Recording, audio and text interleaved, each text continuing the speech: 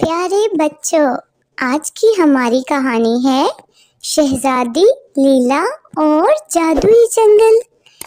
کہانی شروع کرنے سے پہلے جلدی سے میرے چینل کو سبسکرائب کر لیں۔ ایک دفعہ کا ذکر ہے کہ ایک دور دراز کی سلطنت میں لیلا نام کی ایک مہربان اور بہادر شہزادی رہتی تھی۔ شہزادی کے لمبے سنہری بال تھے جو کہ سورج کی روشنی میں چمکتے تھے اور آنکھیں گرمیوں کے آسمان کی طرح نیلی تھی۔ شہزادی لیلا بہت رحم دل تھی۔ وہ اپنی سلطنت کے لوگوں کا بہت خیال رکھتی تھی۔ ایک دن سورج کی سنہری صبح جب شہزادی لیلا اپنی شاہی باغ سے گزر رہی تھی تو اس نے قریبی جنگل سے ایک بہت ہی مدھم آواز سنی۔ وہ جنگل ایک جادوئی اور پوشیدہ رازوں سے بھرا ہوا جانا جاتا تھا۔ اس جنگل میں صرف نیک دل لوگ جا سکتے تھے۔ شہزادی لیلا نے بہت دلچسپی سے آواز کی پیروی شروع کر دی اور جنگل کی طرف جانے لگی۔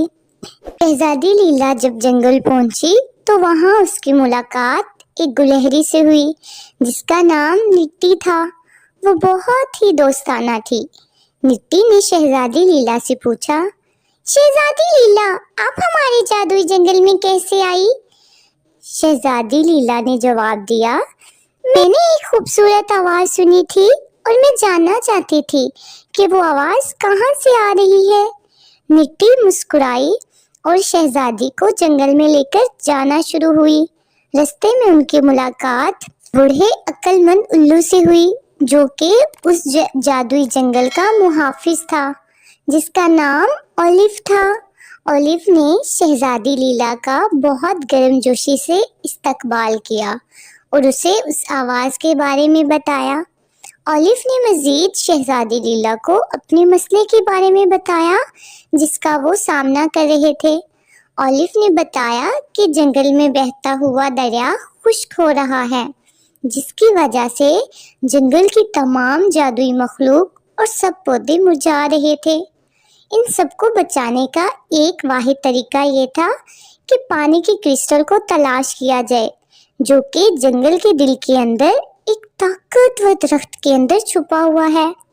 شہزادی نے ان دوستوں کی مدد کرنے کا فیصلہ کیا۔ تینوں مل کر کرسٹل کی تلاش میں نکل پڑے۔ نٹی شہزادی لیلا کو رستے کے بارے میں معلومات دیتی جبکہ اولیف شہزادی کو اچھے مشورے دیتا۔ آخر کار طویل سفر کے بعد شہزادی لیلا اور اس کے دوست جنگل کے دل تک پہنچ گئے۔